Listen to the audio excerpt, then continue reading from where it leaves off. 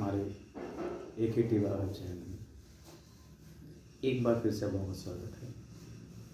आज का जो विषय है वो है वैसोडाइलेशन। वैसोडाइलेशन मीन्स हमारे ब्लड वेसल्स किस तरह से डायलेट होते हैं।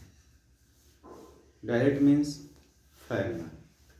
ब्लड वेसल्स किस तरह से फैलते हैं डायमीटर में, जिससे उनमें ब्लड का अमाउंट बढ़ता है। अगर हम स्ट्रक्चर की बात करें ब्लड की, तो इसका कुछ स्ट्रक्चर ऐसे होता है। सबसे बाहर लेयर को हम बोलते हैं tunica externa. Tunica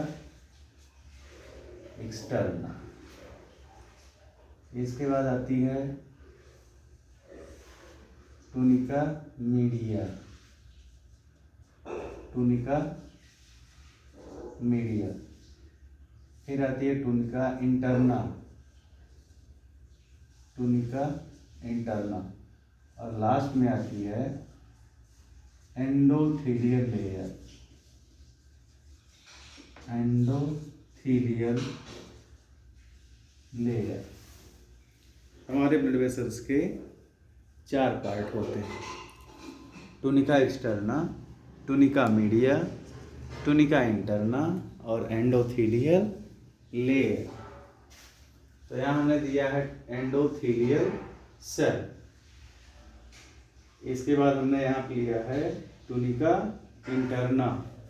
tunica interna बनी होती है स्मूथ मसल्स की। टूनिका इंटरना बनी होती है स्मूथ मसल्स की।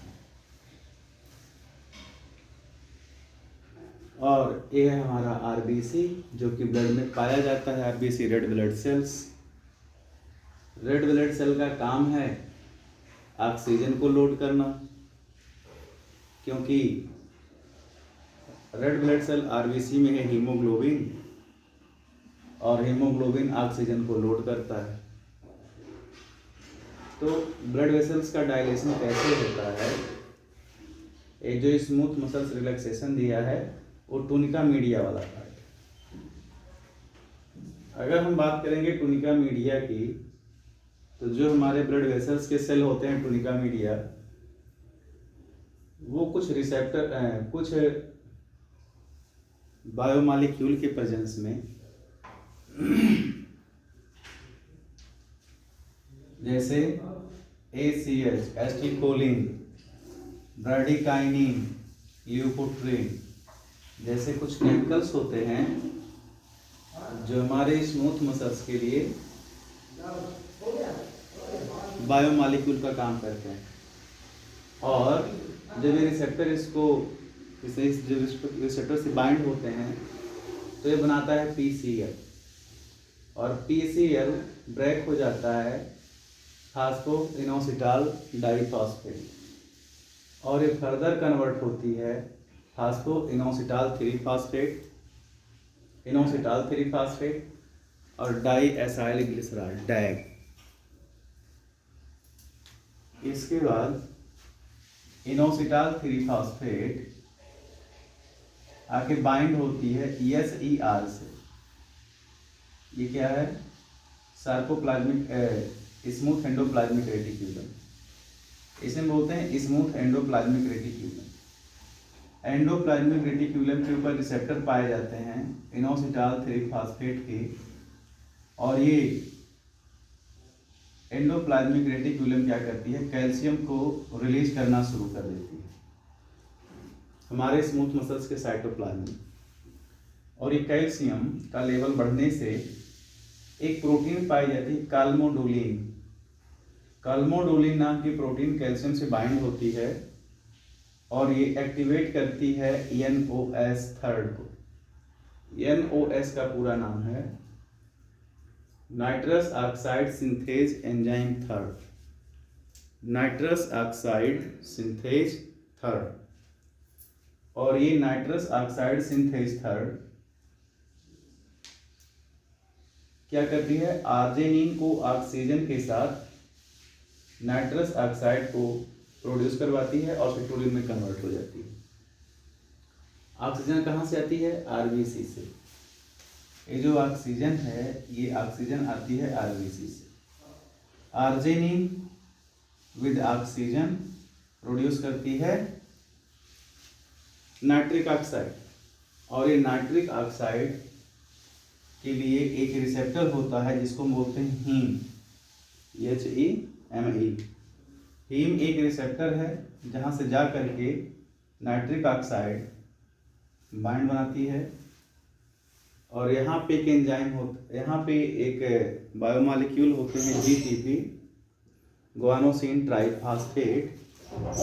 एक एंजाइम के प्रेजेंस में गुआनिल